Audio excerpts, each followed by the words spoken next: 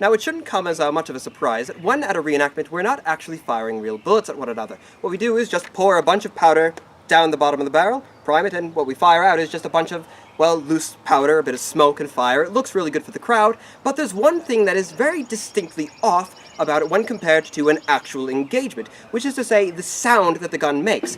When you fire a real bullet, you get much more of a cracking noise. It's very smart, it's very martial, very good. When you're firing just loose powder, you get more of a thwomping noise, which is overall much less impressive and doesn't really get across the real force that these things can really pack. So let's just fire a blank round so we can see that. Ready? Left, and fire. Another important thing, remove this. Prepare to fire. Much more of a thwomping noise, a lot less impressive. Let's move on to the way that they do it over in Europe, which is that they actually do put a bit of paper down the barrel, and then they actually do use the ramrods, which, if you tried that at a North American reenactment, odds are they would be rather aghast at the horrible lack of safety, but I suppose over in Europe they like to have a bit more fun, so let's try that.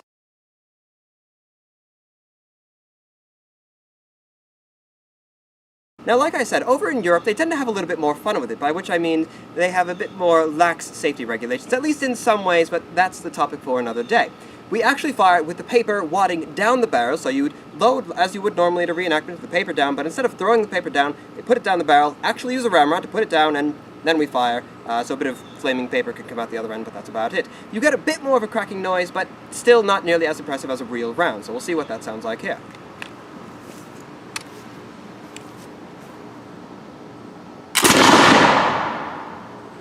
Bit better, not nearly enough to really inspire fear in the enemy.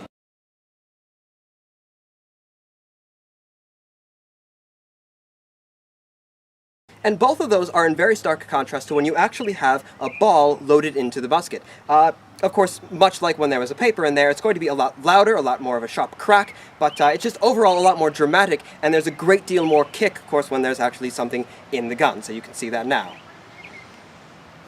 Thank you. Oh, and one more thing. I'm not a very good marksman, so don't expect anything to happen. If you want anything to actually happen, go over to British muzzleloaders or any of those people. Right there. And firing. Told you. You may have also been able to notice the much greater amount of recoil that I faced in that last round, as evidenced quite well, I think, by the increased shakiness of the GoPro camera. So now that all of those are out of the way, let's look at all three shots in succession so we might more easily compare them.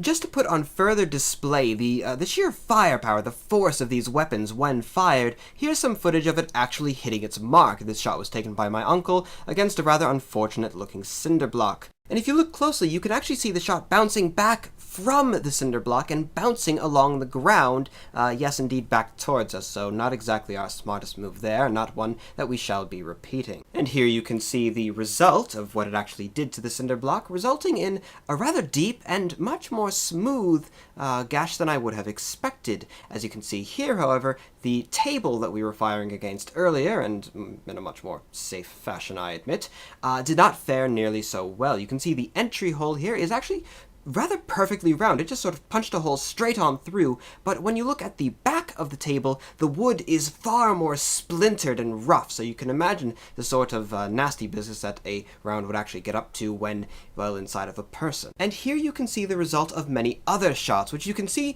have skid into the ground and actually managed to bounce right back up before continuing to bounce really along the ground before going into the woods there. It is precisely the same sort of technique that they used to use with cannon way back in the 18th and early 19th centuries, of actually bouncing the cannonball along the ground, you know, over top one's own forces to collide into an enemy line. See, the musket ball, being effectively really just a smaller cannon shot, has something of the same principles. You know, I really have to wonder how many men suffered from leg wounds as a result of this sort of thing, you know, the rounds bouncing along the ground, as opposed to torso wounds, especially when you get further behind the lines, perhaps in more rear ranks or in reserve companies.